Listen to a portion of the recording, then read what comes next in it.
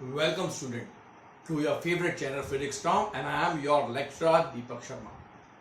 बच्चों, आज का लेक्चर जो होने वाला है क्लास 12 की करंट इलेक्ट्रिसिटी का, जो बेस्ड हुआ किरचॉफ के भी सेकेंड लॉ पर बेस्ड हुआ। बच्चों, आज का लेक्चर बहुत बहुत बहुत इंपॉर्टेंट होगा। इसमें काफी बच्चों को बहुत तरीके का कंफ्यूजन रहता है, वैल्यूज को लेकर, साइन कन्वेक्शंस को लेकर। मैं आपके सामने किरचॉफ के सेकंड लॉ का एक सेपरेट लेक्चर जिस पर न्यूमेरिकल्स में मैं आपको कराऊंगा और जो कंफ्यूजन पॉइंट्स हैं उन पर बार बार मैं आप लोगों को कमेंट करता रहूंगा। जहां कंफ्यूजन होगा, जो इंपॉर्टेंट पॉइंट होंगे उस पर आप ध्यान देंगे। मैं फिर बोलना चाहूंगा कि किरचॉफ के सेकंड लॉ को लेकर बच्चों के मन में अलग आंसर है। मेरे पास कई सारे कमेंट्स आते हैं, ये सर जो आंसर आ रहा है वो कभी नेगेटिव आ रहा है, कभी पॉजिटिव आ रहा है, सर हमारा साइन कन्वेक्शन नहीं आ रहा है। तो बच्चों, इन सारी बातों को आपको ध्यान में रखना है कि ऐसा क्या है। तो आज का जो लेक्चर है वो किरचॉफ के सेकंड लॉ पर बेस्ड होगा। मेरी एक रिक्वेस्ट है, जरूर कमेंट और सब्सक्राइब जरूर करें चैनल को और लाइक अपने देते रहें। तो बच्चों, आज किरचॉफ के सेकंड लॉ को हमें बहुत ध्यान समझना है। तो शुरू करता हूं मैं आपका फिजिक्स टीचर और आपका खुद के चैनल में फिजिक्स टॉम में। तो बच्चों, सेकंड लॉ में जो हमने पढ़ा है, फिजिक्स का सेकंड लॉ में जो हमने पढ़ा है, वो हमने कहा फिजिक्स जो सेकंड लॉ किरचॉफ का कहता है वो कहता है sigma v is equals to 0, जिसे हमने लिखा sigma I into r is equals to 0, कि that is algebraic sum of all the potential across a circuit is always conserve. That is the product of current and resistance of resistor is equal to 0। और zero का मतलब बच्चों मैं आपको बताऊं, zero का मतलब होता है कंजर्व होना।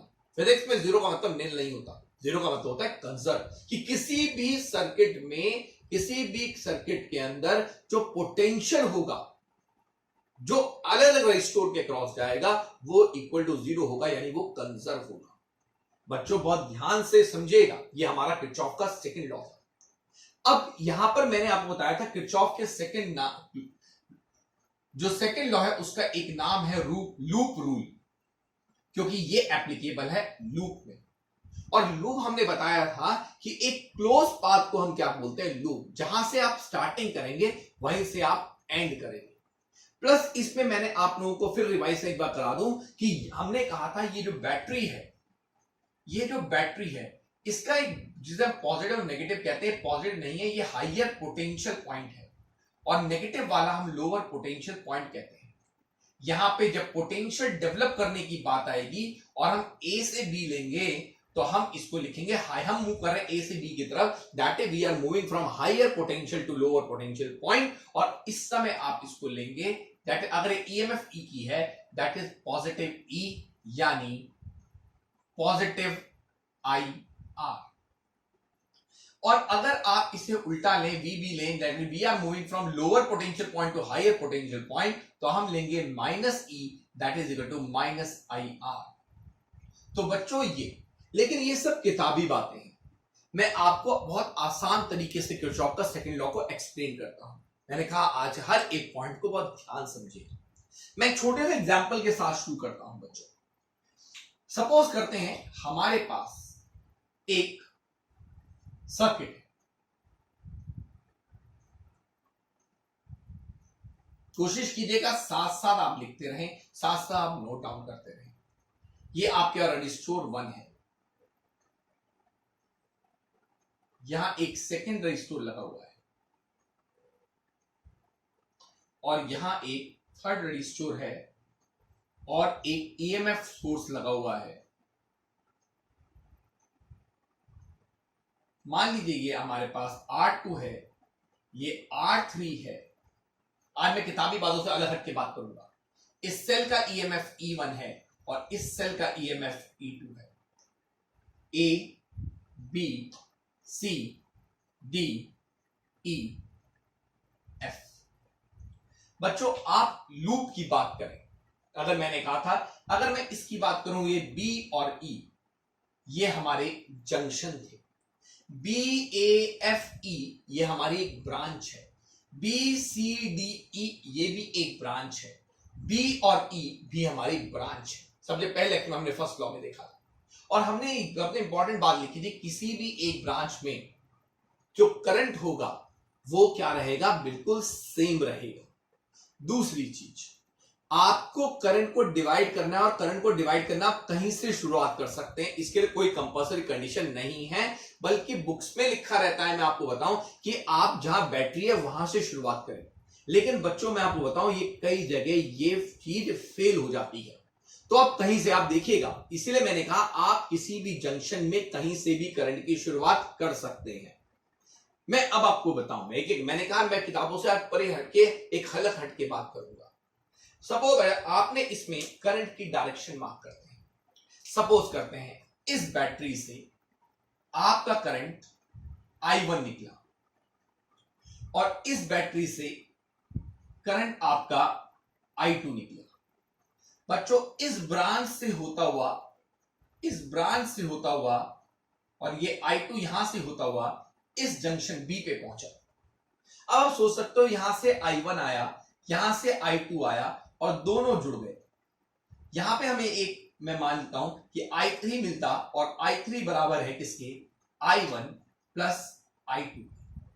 ये करंट आगे R3 से होता हुआ यहां पहुंचा और मैंने आपको बताया जितना करंट जहां से निकलता है उतना ही वापस जाता है। किरचॉफ का पहला लॉ कहता है जो लीविंग करंट होगा, जो एंटरिंग करंट होगा वही लीविंग करंट होगा। तब ये यहां से I3 यानी I1 प्लस I2 यहां पहुंचा तो ये वापस चले गया।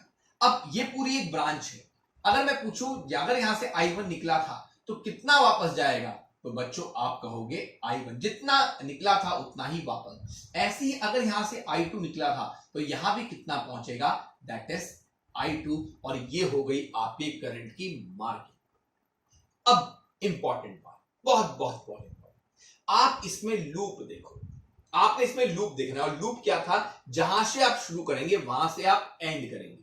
और मैंने पिछले लेक्चर में समझाया था लूप आप कहीं से भी शुरुआत कर सकते हैं, ये मर्जी आपकी है। मैंने एग्जांपल लेता हूं, अगर मान लीजिए मैं एग्जांपल लूं तो इसी में मैं लूप ढूंढता हूं। मैंने कहा लूप है A F E B A, मैंने कहा A F E B A, जहां से शुरुआत करेंगे वहीं पर एंड करेंगे। क्या यही पॉसिबल है? नहीं।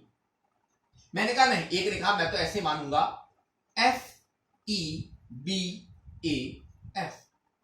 तीसरे कहा नहीं, मैं तो इसको मानूंगा B A F E B। चौथे ने कहा मैं मानूंगा E B A F E। कोई यहां से शुरुआत कर रहा है बच्चों, कोई इस पॉइंट से शुरुआत कर रहा है। पहले में आपने देखा मैंने A से शुरुआत की, दूसरे ने कहा मैं F से शुरुआत करूंगा, तीसरे ने कहा मैं B से शुरुआत करूंगा और चौथे ने कहा मैं E से शुरुआत करूंगा। तो क्या ये लूप नहीं है? तो बच्चों मैं आपकी जान गई ये सारे ही लूप हैं, मर्जी आपके कहीं से भी शुरुआत कर दो। दूसरी चीज मेरी बात समझिएगा, इसी में पहले लूप की बात कर रहा हूं। अब दूसरे, इनमें क्या कॉमन है बच्चों, ये सारे ही loop A F E B A, अगर आपको एक बार समझ में आ जाए तो सबको समझ में आ जाएगा। दूसरी चीज F E B A F या B A F E B या E B A F E। आपने देखा मेरा हाथ ऐसे ही चलता रहा हर बार में, चाहे A F में चला हो, चाहे F E में चला हो, चाहे B A में चला हो, चाहे E B में चला हो, और शायद अगर मेरे हाथ सब में ऐसे ही चल रहा है तो इसका मतलब मैं यहां पर एक चीज है और ऐसे जो चल रहा है मैं इसका मतलब मैं जो लूप मान रहा हूं इन सभी केसेस में वो सारे ही क्लॉकवाइज लूप है।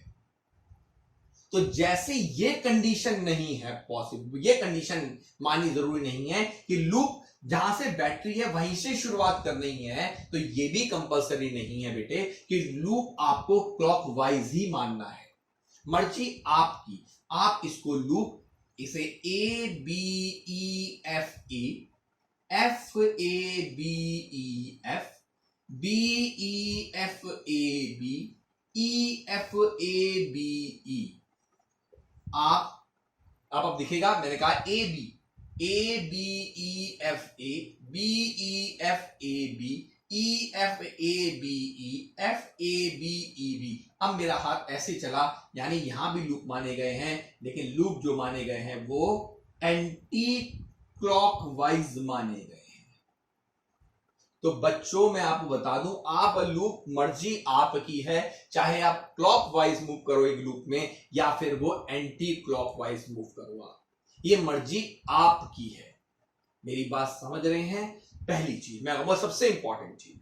दूसरी बात, क्या इस पूरे सर्किट में क्या एक ही लूप है? तो बच्चों आप देखोगे एक लूप अगर ऊपर है तो एक लूप नीचे भी पॉसिबल है।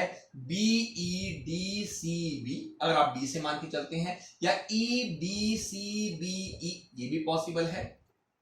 D C B E D, ये भी पॉसिबल है। सी बी ई डी सी, ये भी पॉसिबल है। लेकिन सब आप, चाहे आप बी से शुरुआत करें, चाहे आप ई से शुरुआत करें, चाहे आप डी से शुरुआत करें, चाहे आप सी से शुरुआत करें, तो एक लूप हमें और दिखाई दे रहा है इस करंट डायग्राम में, वो है हमारे पास B E D C B या E D C B, B E D C B E, या D C B E D, या सी बी ई डी सी, ये सारे ही लूप हैं और ये सब क्लॉकवाइज माने जा रहे हैं। पॉसिबिलिटी है हम और भी मान सकते हैं, या और दूसरे तरीके से मान सकते हैं, that is B C D E B, E B C D E, D E B C D, C D E B C, और ये सब एंटी क्लॉकवाइज माने गए हैं।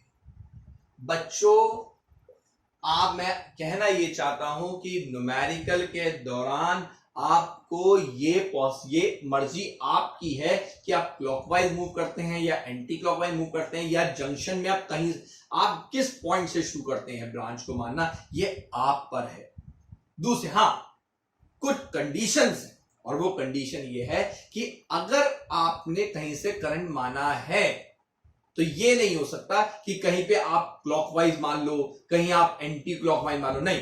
अगर आप एक कोने से चल रहे हो, मैं अभी आपको समझाऊंगा जो मैं बात कर रहा हूं, अगर आप एक कोने से चल रहे हो तो आप एक कोने से ही चलोगे। ये नहीं कि बैटरी आ गई, बैटरी का पॉजिटिव, जैसे अक्सर हम बोलते हैं नहीं पॉजिटिव से करंट निकलता है, नहीं। अगर बीच में बैटरी आ गई और बीच में पॉजिटिव या नेगेटिव भी आ रहा है तो आपको करंट की डायरेक्शन को चेंज नहीं करना है। शायद मेरी अभी बात समझ में कम आ रही हो, लेकिन अब अभी थोड़ी देर में समझ में आएगी। पहली चीज मैंने कहा, आप कहीं से भी लूप की स्टार्टिंग कर सकते हैं। दूसरी चीज, आप मर्जी आपकी है, चाहे आप लूप को क्लॉकवाइज माने, चाहे आप लूप को एंटी क्लॉकवाइज माने, मर्जी आपकी है। लेकिन अब मैं तीसरी बात बोलूंगा जो बहुत इंपॉर्टेंट होगी, बस इस बात का आपको ध्यान रखना है, बहुत जरूरी, कि if you are moving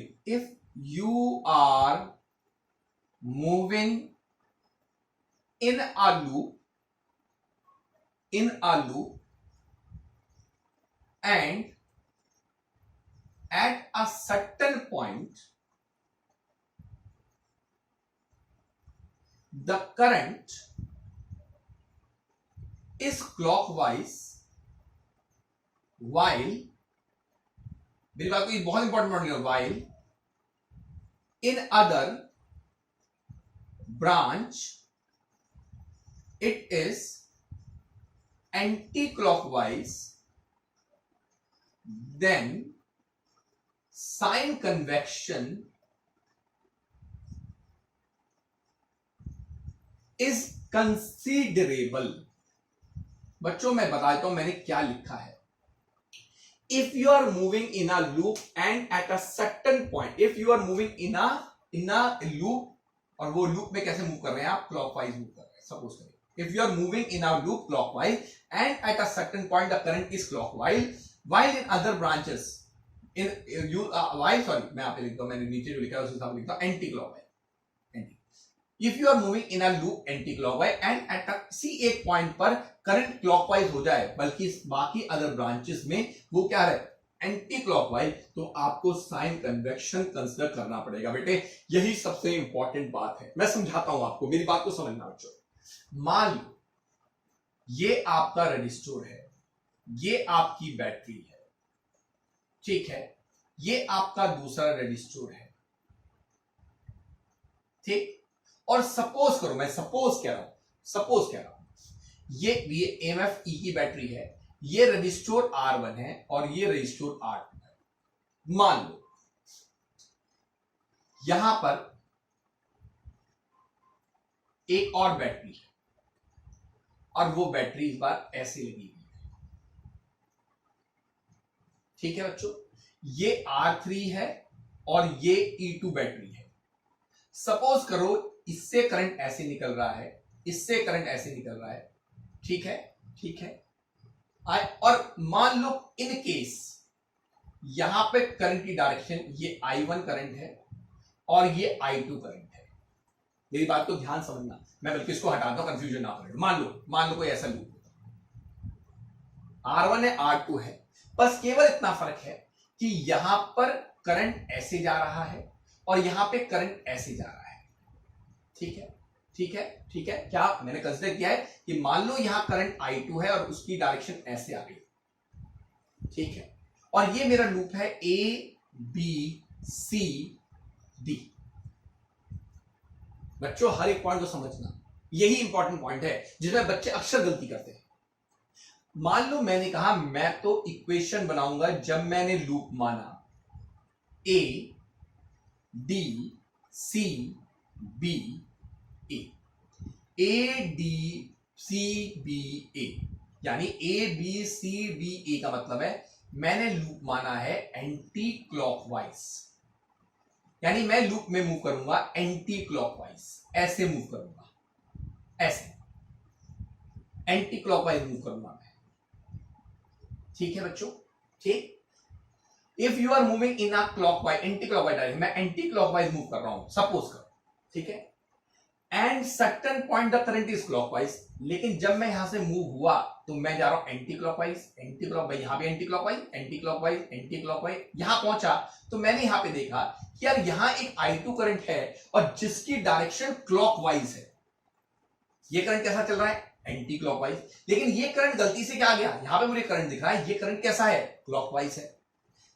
then other branch is anti clockwise और सारी बाकी सब एंटी क्लॉकवाइज। ये एंटी क्लॉकवाइज है लेकिन ये करंट कैसा है? आप इसमें कैसे मूव हो रहे हैं? Anti clockwise. ये करंट कैसा है? Anti clockwise. लेकिन ये करंट कैसा है? क्लॉकवाइज। लूप कैसा माना? Anti clockwise. ये वाला करंट कैसा चल रहा है? I1, ये भी क्या चल रहा है? Anti clockwise. लेकिन किसी एक पॉइंट पर जो करंट आपको दिख रहा है वो है क्लॉकवाइज माना। मैंने कहा then sign convection is considerable. मतलब जब बेटे आप लूप की इक्वेशन बनाओगे तो अगर जिधर आप, मेरी बात सुनो, जिधर आप लूप मान रहे हो और जो करंट उसी के साथ थे, अगर आपने एंटी क्लॉकवाइज करंट माना है और एंटी क्लॉकवाइज ही लूप माना है, तो जो एंटी क्लॉकवाइज करंट होंगे, जो एंटी क्लॉकवाइज हो, सेम एस में लिख देता हूं यहां पे, same loop same direction current, then positive, and if opposite then negative।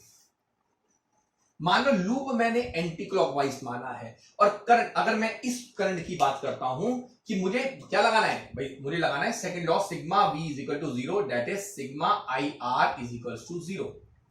ठीक है बच्चों, मैं यहां से चला, लूप मैंने ऐसे माना कि लूप में ऐसे। अब जब मैं यहां आया तो यहां पे मुझे करंट किधर, भाई जो मैंने लूप माना है उसी डायरेक्शन में करंट है, तो क्या हो गया बेटे, इसे आप पॉजिटिव लोगे, यानी I1 इंटू R1, और वो भी कैसा लोगे? पॉजिटिव। क्यों पॉजिटिव लोगे? क्योंकि जो आपने लूप माना है उसी डायरेक्शन में वाला करंट चल रहा है। लेकिन जब आप यहां पहुंचे R2 में, तो यहां आपने देखा भाई मैंने लूप में MH चल ऐसे रहा हूं, लेकिन करंट की डायरेक्शन तो अपोजिट आ रही है। मैं ऐसे चलना चाह रहा हूं लूप में, लेकिन करंट की डायरेक्शन कहीं अपोजिट आ गई, तो उस समय उसको क्या माना जाएगा? नेगेटिव। मतलब माइनस I2R। मेरी बात समझो बेटे, अगर जो आपने लूप, मैं बार बार रिपीट कर रहा हूं, अगर आपने लूप एंटी क्लॉकवाइज माना है तो जितने भी करंट एंटी क्लॉकवाइज में आएंगे उन सबको आप लोगे पॉजिटिव, लेकिन जो करंट उस डायरेक्शन से अपोजिट आएंगे उन सबको आप क्या लोगे? नेगेटिव। अगर आपने लूप, मैंने कहा लूप आप कैसे मान सकते हो, मान लो एग्जांपल ले रहा हूं मैं, और अगर मान लो आपने इस लूप को माना होता लूप माना होता है आपने A B C D A, आपने माना होता A B C D A. मान लो लूप माना होता आपने क्लॉकवाइज, मान लो माना होता क्लॉकवाइज, तब क्या होता? तो बच्चों मैं ऐसे मूव करता, भाई क्लॉकवाइज मूव करता तो ऐसे मूव करता, और जब मैं ऐसे मूव करता तो शायद जब मैं क्लॉकवाइज लूप मानता, क्लॉकवाइज करंट, तो शायद I2 तो क्लॉकवाइज ही है। भाई मैं लूप भी क्लॉकवाइज मान रहा हूं, लेकिन इस बार I2 भी तो क्लॉकवाइज है। तब मैं I2 को क्या लेता? I2 को मैं पॉजिटिव लेता, लेकिन जब मैं क्लॉकवाइज मूव करता हुआ इस I1 पे आता तो मैं कहता भाई I1 तो अपोजिट है, मैं क्लॉकवाइज मूव कर रहा हूं एंटी क्लॉकवाइज। तब मैं उल्टा करता, तब मैं I1 को क्या मानता? नेगेटिव मानता। क्या मानता? नेगेटिव। तो जो जिस डायरेक्शन में लूप माना जाता है उसी डायरेक्शन में अगर आप मूवमेंट लेते हो तो करंट होती है पॉजिटिव, और अगर उसके बीच में कोई ऐसा करंट आ जाए जो अपोजिट हो उसके, तो उसे आप क्या लेते हैं? नेगेटिव। अब दूसरी चीज, दूसरी और बहुत अहम चीज, कि अगर मान लो आप पहले वाले को, मैं इस पे एंटी क्लॉकवाइज मूव हुआ, ये पॉजिटिव टर्मिनल बैटरी का, नेगेटिव, आप यहां से चले ऐसे ऐसे, ये मार्क हो गया, और आप यहां पर किसकी मिले बच्चों? किताब। अब मैं जब यहां से घूम कर आया, तो मैं आसान तरीके बता रहा हूं, यहां पे मुझे बैटरी, जब मैं घूम कर आया मुझे बैटरी का क्या मिला? नेगेटिव है पॉजिटिव। तो बच्चों मैं जब एंटी क्लॉकवाइज घूम कर आया और मैंने लूप को ऐसे माना था, तो मुझे बैटरी का क्या मिला? नेगेटिव। तो इसका मतलब मैं लिखूंगा I1 R1 minus I2 R2 minus E is equals to 0, क्योंकि जब मैं घूम कर आया मुझे बैटरी का क्या मिला? नेगेटिव। अच्छा, अगर मैं नीचे वाले के हिसाब से करता, तो नीचे वाले में मैं गया था क्लॉकवाइज, और जब मैं क्लॉकवाइज गया तो मुझे ये क्लॉकवाइज गया, ये क्लॉकवाइज गया, तो मुझे बैटरी का क्या मिला? पॉजिटिव। तो मैंने क्या लिखूंगा? Plus E is equals to 0। अरे आया? जब मैं एंटी क्लॉकवाइज गया तो बैटरी किससे टकराई? नेगेटिव, तो मैंने लिख दिया नेगेटिव पे। अगर मैं क्लॉकवाइज मानता तो मुझे बैटरी का क्या मिलता? पॉजिटिव, तो मैंने क्या लिखा? पॉजिटिव। अब सर बच्चों क्वेश्चन आते हैं, सर ये दो इक्वेशन क्या अलग है? नहीं बच्चों, अगर आप ध्यान दोगे, मेरी बात को बहुत ध्यान से देखना, मैं इसको हटा देता हूं। अगर आप ध्यान दोगे तो ये दोनों इक्वेशन एक जैसी ही हैं। जरा देखो भाई, ये इक्वेशन बनी आपकी plus I1 R1 minus I2 R2 minus E is equal to 0। ठीक, ये क्या बन गई? I1 R1 minus I2 R2 लिखा था मैंने R2, ठीक है, इज इक्वल्स टू E। अच्छा, नीचे वाली इक्वेशन देखो, I2R minus I1R plus E is equal to 0। जरा बच्चों इक्वेशन E पॉजिटिव आना चाहिए, E को यहां छोड़ दोगे आप, क्योंकि E पॉजिटिव चाहिए आपको, इन दोनों को उधर ले जाओगे तो शायद माइनस I1R1 जो है, माइनस I1R1, ये क्या था? I2R2 और I1R1 हट गया, ठीक है। तो E इज इक्वल टू उधर ले जाओगे, माइनस टू कितना हो जाएगा? I1R1, नेगेटिव वाला उधर जाके पॉजिटिव हो जाएगा, और ये पॉजिटिव वाला क्या बन जाएगा? I2R2। अरे बच्चों देखना जरा, अरे ये दोनों इक्वेशन तो एक जैसी ही हैं भाई। इसको भी तो आप ऐसे लिख सकते हो, I1R1 minus I2R2 is equal to E।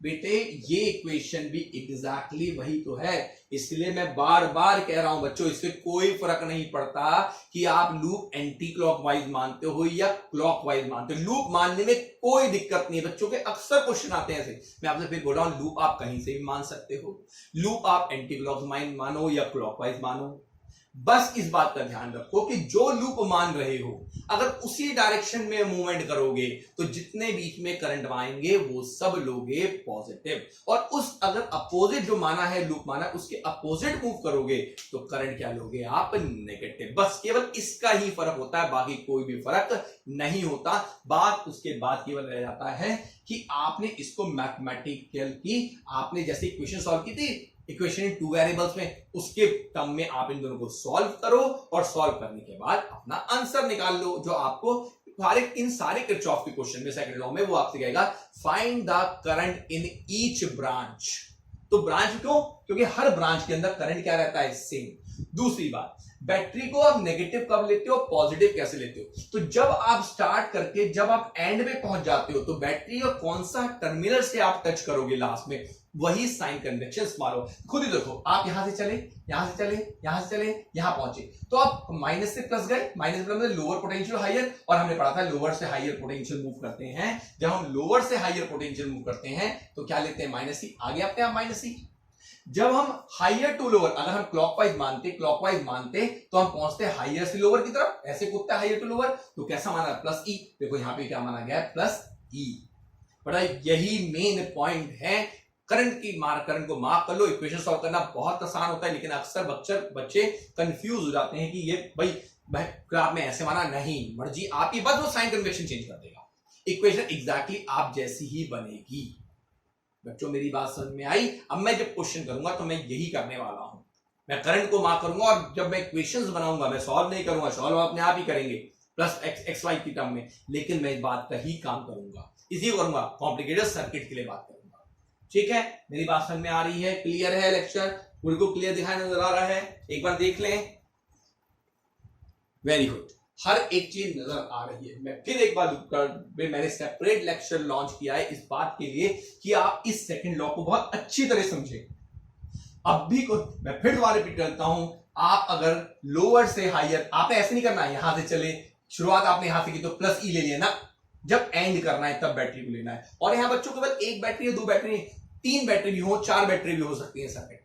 लेकिन अगर आपने ये नहीं करना है कि आप यहां पे आ गए और यहां पे मान लो एक बैटरी पॉजिटिव नेगेटिव उल्टी लगी होती, नहीं, अब आप यहां से मान लो, नहीं, अगर मान लो यहां पर भी एक, मान लो यहां पर I2 तो करंट है ही, मैं एक बैटरी यहां पे लगा देता प्लस माइनस, तो आपको ये नहीं करना कि आपने भाई आप ऐसे आप यहां से करंट चलाते हुए आ रहे हो और यहां पे करंट मान लो, आप यहां से करंट मान लो, नहीं, अगर आपको मार्क करना है आप ऐसे चल के आ रहे हो तो करंट आप ऐसे ही आगे चलाओगे, इसलिए नहीं करोगे हाँ यहां पे प्लस आ गया तो नहीं, अगर करंट की डायरेक्शन एक ही होती है, ऐसा नहीं होता कहीं पे मिल गया तो अपोजिट हो जाएगी, नहीं, ऐसा नहीं होता। अगर आप एक पॉइंट से चल रहे हो तो लगातार, अभी जो है, अभी मैं आपको कई सारे न्यूमेरिकल कराऊंगा और इस पे हमारा नेक्स्ट होगा न्यूमेरिकल, जहां मैं मार्क करूंगा और बच्चों अपने मैं क्वेश्चन एनसीईआरटी क्वेश्चन करूंगा और बहुत कुछ अच्छे क्वेश्चन है उनको भी मैं आज करूंगा। आज के लगभग बहुत इंपॉर्टेंट वाला किरचॉफ पे, मैं फिर बोल रहा हूं 80% का चैप्टर कंप्लीट हो जाएगा, उसके बाद प्रैक्टिकल क्लासेस हमारी चलेंगी, 2-3 और लेक्चर हमारा खत्म हो जाएगा, मेरे ख्याल में यहाँ पे कंप्लीट होगा। इसके बाद मूव ऑन करते हैं इनके न्यूमेरिकल्स पर और न्यूमेरिकल में कैसे आपको मार्क करना है। ठीक है बच्चों,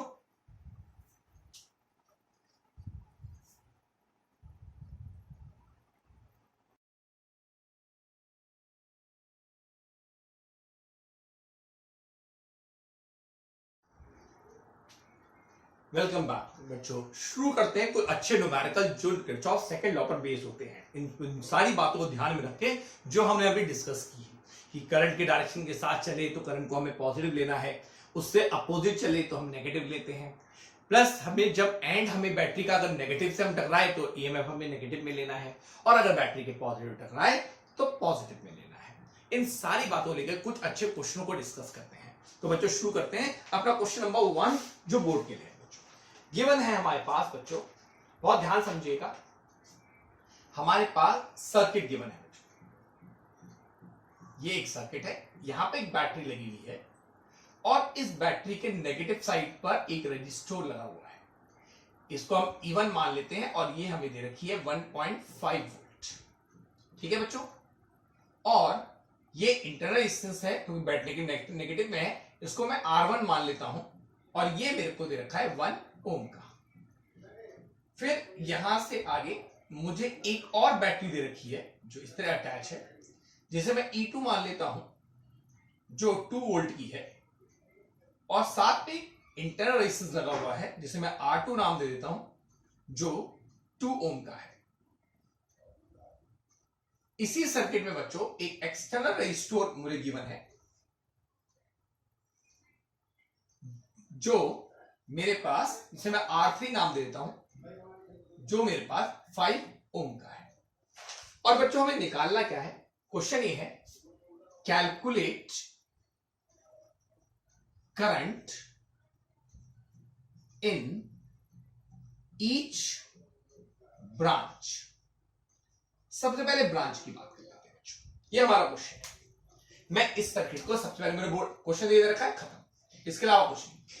इसको नाम देते हैं बच्चों A, B, C, D, E, F।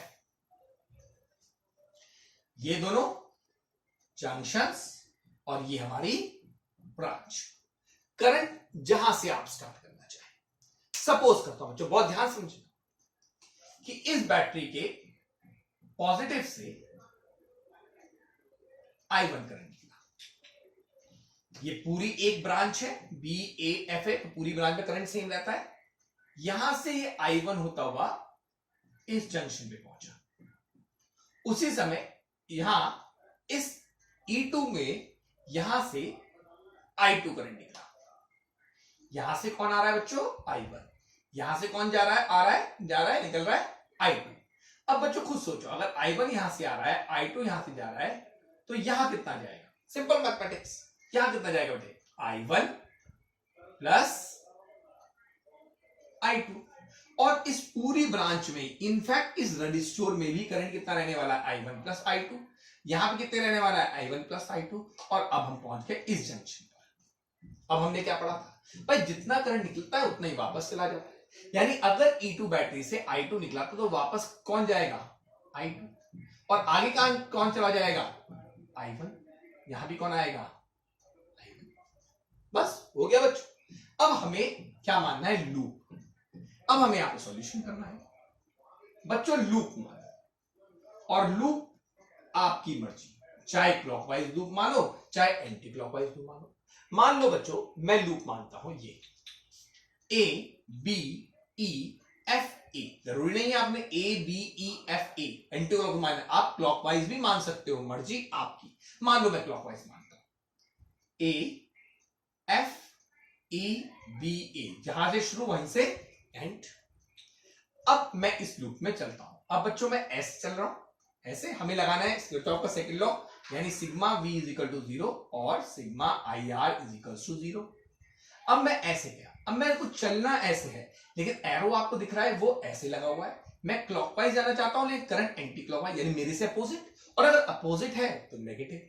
क्या नेगेटिव में ले? I इंटू R यानी I1 माइनस में I1 इंटू R1। अब माइनस में क्यों लिया? क्योंकि हम क्लॉकवाइज चलना चाह रहे हैं और करंट डायरेक्शन के अपोजिट है। फिर मैं यहां से होता हुआ इस लूप में यहां पहुंचा, इस रेजिस्टर के क्रॉस। तो मुझे एरो क्या दिखाई दिया? अरे एरो भी उसी डायरेक्शन में जाता हुआ दिखाई दिया जिधर मेरी फिंगर चल रही थी। ये भी क्लॉकवाइज और ये भी क्लॉकवाइज, और ये I2 भी क्या है? क्लॉकवाइज। तो ऐसे चल रहा है, यानी ये पॉजिटिव लेना पड़ेगा क्योंकि सेम है। Plus I2 R2। फिर जब मैं घूम करके यहां से पहुंचा, तो बेटे जब मैं यहां पहुंचा तो मुझे बैटरी का क्या नजर आया? नेगेटिव। बैटरी का यहां पे मैं किससे टकराया? बैटरी के नेगेटिव में। यानी E2 को कैसे लेना पड़ेगा हमें? Negative. Lower potential to higher potential. अब मैं जंप करके जब वापस घूम के अपनी जगह पहुंचा, जो मैंने जंक्शन माना था, तो मुझे यहां बैटरी का कौन टकराया? बैटरी का पॉजिटिव। और बैटरी का पॉजिटिव है तो मुझे E1 को कैसा लेना पड़ेगा? Positive equal to 0। अब बच्चों इसको लिख लो, कितना आ गया? माइनस R1 कितना भाई? 1 ohm into I1 plus 2 into I2 minus 2 plus 1.5 थिक इक्वल टू 0। कितना आ गया बच्चों?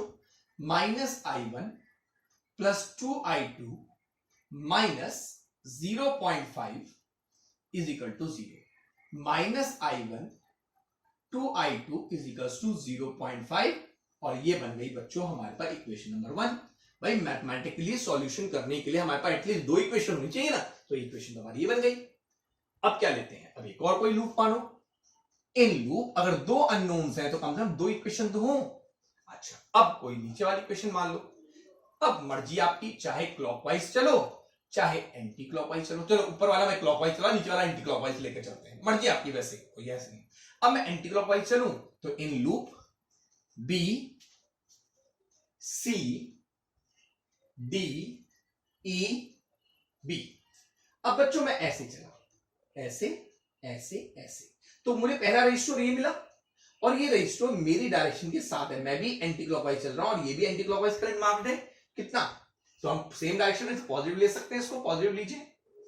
I1 plus I2 into R3। हम ऐसे पहुंचे, यहां तो कोई रजिस्टर है नहीं, यहां पहुंचे तो एक रजिस्टर मिला, और जब रजिस्टर मिला तो उसकी डायरेक्शन भी वही थी जो मेरी चलने की डायरेक्शन थी, यानी एंटी क्लॉकवाइज। तो ये भी एंटी क्लॉकवाइज, तो इसको भी पॉजिटिव लिख लेते हैं। Plus I2 into R2। और बैटरी का कौन मिला मुझे? जब मैं ऐसे घूमकर पहुंचा तो बैटरी का मुझे मिला नेगेटिव, तो हम E2 को किसमें लिख लेते हैं? नेगेटिव में, इक्वल टू 0। अब बच्चों कितना मिल गया, यहां पे सॉल्व करें तो ये हो गया I1 R3 I2 R3 I2 R2 minus वो उधर ले जाए तो कितना हो जाएगा E2। वैल्यू पुट करो बेटे, I1 इंटू R3 यानी 5I1 plus I2 R3। I2 R3 देखो बेटा, I2 R3 I2 R3 ठीक, यानी कितना 5I3 प्लस I2 R2 कितना था 2I2 2I2 is equal to E2 और E2 कितना था हमारा बेटा 2 वोल्ट। अब ये इक्वेशन I1 I2 में है बच्चों और ये इक्वेशन I1 I3 में है और ये है इक्वेशन नंबर हमारी 2। ठीक, अच्छा अगर मैं देखूं ठीक I1 I3 कहां है, I3 तो था ही नहीं, I1 ओ सॉरी I2 सॉरी मेरी मिस्टेक है I2 बच्चों, I1 I2 में आ गई। अब ये इक्वेशन I1 I2 कितना आ गया 5I1 plus 7I2 is equal to 2, equation number 2। अब बच्चों में खाते मैथमेटिक्स सॉल्व कर दो, कितना आया minus I1 plus 2I2 is equal to 0.5 और 5I1 plus 7I2 is equal to 2। Multiply करो बेटा ऊपर वाली इक्वेशन को 5 से, कितना रहेगा minus 5I1 plus 10I2 is equal to 2.5, 5I1 plus 7I2 is equal to 2.0 और देखा दे बच्चों सॉल्व कर सकते हो। 17I2 is equal to 4.5, I2 is equal to 4.5 upon 17 and that is your answer. ठीक है बच्चों, अब I2 निकल गया तो I1 निकालना आसान है, किसी भी इक्वेशन पुट कर दो, माइनस I1 इन इक्वेशन 1 का सहारा लेते हैं, जो हमारी इक्वेशन नंबर 1 थी, वाली इक्वेशन नंबर 1 थी और इक्वेशन नंबर 2 थी। Minus I1 plus 2 into I2 और I2 कितना निकाला बेटा हमने 4.5 डिवाइड बाई 17 ठीक है इज इक्वल टू 0.5। कितना है बच्चों minus I1 plus 5 to 10 4 to 8 और 9.0 upon 17 is equal to 0.5 minus I1 is equal to 0.5 ठीक, माइनस या आप कैसे कर सकते हो भाई I1 उधर ले जाओ 9/17 minus 0.5 is equal to I1, point हटा दो नीचे 10 आ जाएगा, सिंपल सॉल्व करो 170 90 minus 17 5 105 is equal to I1। मैं थोड़ा ऊपर सॉल्व कर रहा हूं बेटा, ध्यान देना इधर, कितना आ गया 90 10 100 एंड कितना आया 15 divided by minus 15 divided by 170 is equal to I1। 5 से 15 5 से 15 5 to 20 minus 3/34 is equal to I1। आई बात सुने बच्चों, ठीक। अब जरा ध्यान दो, अगर मैं पूछता ब्रांच पे कैलकुलेट करने की ब्रांच, तो पहली ब्रांच हमारे पास कौन सी थी BAFE, पहली ब्रांच थी इन दोनों जंक्शन में, तो इसमें करंट कितना था I1 और I1 कितना निकला माइनस 3/34 एम्पियर। ठीक है, अच्छा दूसरी ब्रांच कौन सी थी हमारे पास BE, और BE में कितना करंट माना था हमने I2 और I2 की वैल्यू कितनी निकली बच्चों हमारे पास 4.5 डिवाइड बाई 17 एम्पियर। अब एक ब्रांच ये भी तो थी BCDE और इसमें करंट कितना था I1 प्लस I2, मेरे ख्याल से करंट निकाल लोगे माइनस 3/3.4 ओ 34 प्लस 4.5 डिवाइड बाई 7, इसको सॉल्व कर लेना बच्चों, जो भी आंसर आएगा वो इसमें।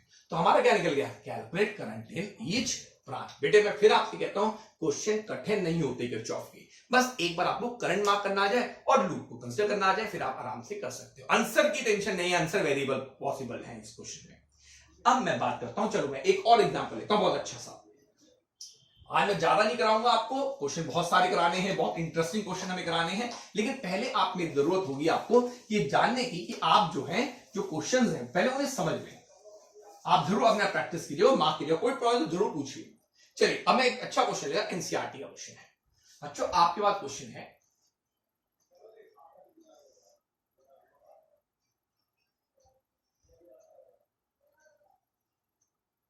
ये आपको गिवन है, यहां एक बैटरी लगी है, यहां भी एक रजिस्टर है, यहां एक बैटरी है,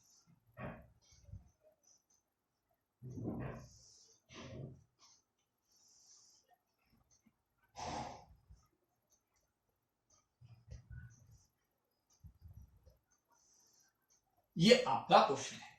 ठीक है बच्चों, ये आपको दे रखा है और यहां है, ये क्वेश्चन है ऐसे, यहां दे रखा है इसको, कोई दिक्कत नहीं, वैसे तो कहीं भी दे रखा हो उससे कोई फर्क नहीं पड़ता। ठीक है बच्चों, अब हमें इस पे करंट मार्क करना है, कुछ नहीं है, करंट मार्क करना है, सब मार्क करना है, उसका लूप आप जो मर्जी जो मान लेना।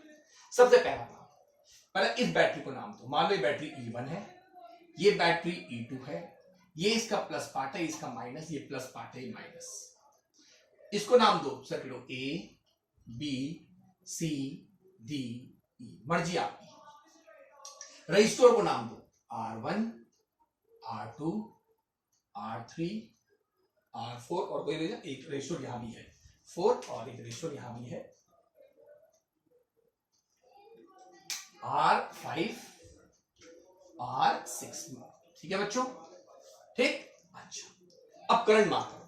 सपोज करो, देखो हर चीज वेरीफाई होगी, यहां से करंट सपोज करो I1 गया, अब ये करंट I1 जब बच्चों यहां पहुंचा तो यहां दो हिस्सों में बट गया, इसका मतलब ये जंक्शन पॉइंट है। अब सपोज करो यहां पर इसमें I2 करंट चला गया, I1 में से यहां कुछ करंट I2 चला गया, तो बताओ बच्चों यहां कितना करंट गया होगा, I1 माइनस I2। भाई I1 यहां से गया, इसमें इस वाली ब्रांच में I2 चला गया, तो इसमें क्या होगा I1 माइनस I2। अच्छा, अब ये I2 यहां से होता हुआ यहां पहुंचा होगा बेटे, उसी समय यहां आपको दिख रहा है एक बैटरी है और ये भी कुछ, यहां से भी कुछ करंट निकल रहा होगा, और सपोज करो यहां से करंट निकल रहा है, I2 हमने मान लिया था I3, यहां से I3 आ रहा है, तो ये I3 यहां से यहां पहुंचा, यहां से I2 पहुंचा, तो बेटा दोनों मिलकर के R4 में गए होंगे। भाई यहां से I2 गया, यहां से I3 गया, तो R4 में कितना गया होगा, R4 में गया होगा I2 प्लस I3। ठीक बच्चों, अच्छा, अब जब ये करंट यहां इस पे पहुंचा तो हमने क्या पढ़ा था, भाई जितना करंट आता है जितना निकलता है तब वापस, तो जैसे यहां पहुंचा होगा I1 इस R2 में, तो I1 चला गया होगा, क्यों, ये ब्रांच है, इस ये पूरे देखो जितना करंट यहां से I1 निकला था उतना ही करंट वापस जाता है, तो इसमें तो I1 चला गया वापस, जितना करंट निकला था उतना वापस, ये हमने पढ़ा था। अब इसमें कितना गया होगा, अरे जब I2 प्लस I3 आया था, I1 चला गया, तो R3 में कितना गया होगा बेटे, देखो I2 प्लस I3 आया था और I माइनस I1 इसमें से निकल के वापस चला गया। अब यहां से ये I2 plus I3 minus I1 यहां से यहां गया, मैं थोड़ा साफ लिख देता हूं इसको, I1, और ये यहां से यहां पहुंचा। जब बच्चों इस B पॉइंट पर ये I2 plus I3 minus I1 गया और इधर से कितना आ रहा था I1 माइनस I2, तो वापस कितना जाना चाहिए, देखो बेटा वापस किसको हटा देते हैं, वापस तो उतना ही जाना चाहिए जितना की है, और वो I3 वापस आना चाहिए, देखो यहां से आएगा वापस, देखो I2 plus I3 minus I1 यहां से आया, और यहां से कौन आ रहा है, प्लस I1 प्लस I2, देखो कैंसिल करो, I2 में से I2 गया plus minus, plus I1 minus I1 cancel, बेटा वापस कितना आया I3, और यहां से निकला भी तो I3 था बच्चों, इसका मतलब आपने जो बनाया है वो बिल्कुल एक्यूरेट है। चलिए अब रह गई इक्वेशन, लूप की इक्वेशन, मर्जी आपकी। मान लो इन लूप, मैंने लूप माना ये AEDA ये वाला मान, मैं ऐसे गया, तो मैंने कहा भाई मैं जिस डायरेक्शन जा रहा हूं उसी डायरेक्शन में करंट भी जा रहा है, कोई दिक्कत नहीं, प्लस में लिखो R1 यानी I2 R1, यहां आया, मैंने कहा भाई ऐसे मैं चल रहा हूं इस लूप पे, ऐसे करंट भी जा रहा है, यानी प्लस में I2 plus I3 into R4। लेकिन जब मैं यहां आया तो मुझे कौन मिला, R2, और इसकी डायरेक्शन में उसी डायरेक्शन में जिस भाई ऐसे चल रहा हूं, करंट भी मेरे साथ चल रहा है, ये भी प्लस में लेंगे, प्लस I1 R2 प्लस मुझे कौन मिला, बैटरी का नेगेटिव, और नेगेटिव मिला तो हम क्या लिखेंगे, माइनस E1 इक्वल टू 0, यानी कितना आ गया I2 R1 I2 plus I3 R4 plus I1 R2 is equals to E1 and that is the equation number 1। अब दूसरी इक्वेशन रह गई, चलो जी, इन लूप, मर्जी आपकी लूप मानो, मैंने कहा मैं तो इस बार ऐसे मानूंगा ADBA, चलो बच्चों अब ऐसे चलो, पहले बैटरी नहीं लेते, अब ऐसे चलो। अब जब मैं इस लूप में ऐसे चला तो करंट ऐसे आ रहा है, R2 में करंट ऐसे आ रहा है, मुझे चलना ऐसे है, यानी अपोजिट, यानी -I1 R2। क्यों माइनस में लिया? क्योंकि मैं चल ऐसे रहा था, एरो ऐसे मार्क में अपोजिट।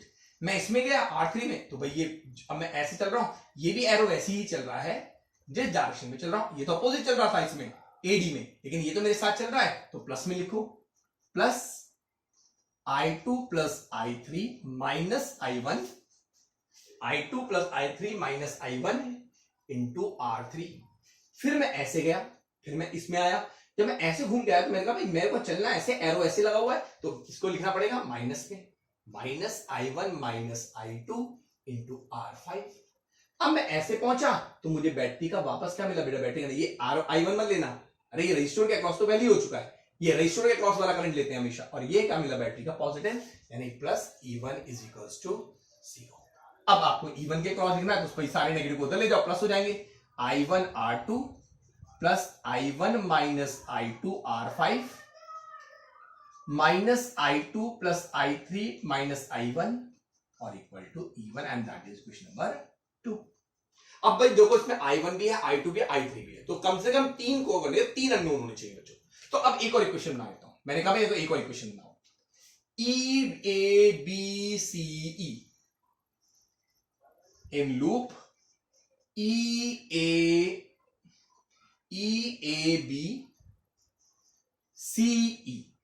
EABCE। बच्चों यहां से चलो, अब मैं यहां से चला ऐसे, तो एरो की डायरेक्शन अपोजिट, यानी माइनस में I1 R1।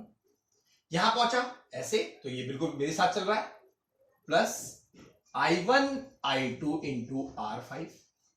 फिर बच्चों ऐसे गया तो यहां तो कुछ है नहीं, लेकिन मुझे यहां बैटरी का कौन मिला?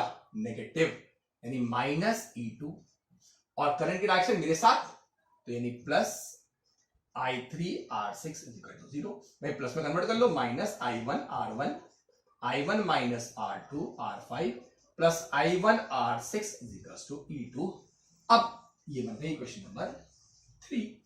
बस बच्चों, अब मैथमेटिक्स का सारा काम है साइमल्टेनियस, जैसे आपने क्वेश्चन XYZ को सॉल्व किया होगा मैथमेटिक्स में, वैसे इसको सॉल्व करते हैं, जैसे पहले वाला क्वेश्चन मैं सॉल्व किया था। बच्चों बहुत इंटरेस्टिंग क्वेश्चन करने हैं आपको, लेकिन आज का लेक्चर में यही स्टॉप करूंगा, और नेक्स्ट में इससे अच्छे न्यूमेरिकल सिमेट्रिकल क्वेश्चन को डिस्कस करूंगा, और बहुत अच्छे अच्छे क्वेश्चन डिस्कस करूंगा। लेकिन तब तक आपका काम है, जो 2 क्वेश्चन मैंने यहाँ पे डिस्कस किए हैं वो आपको अच्छी तरह आनी चाहिए, करंट की डायरेक्शन मार्क करनी आनी चाहिए। अगर कोई डाउट हो तो कमेंट करें, फोन करें, कुछ भी आप मेरे नंबर पे कॉल कर सकते हैं, लेकिन तब तक आपको हर एक बात क्लियर होनी चाहिए। Till then, remain safe and square and keep on commenting. Thank you.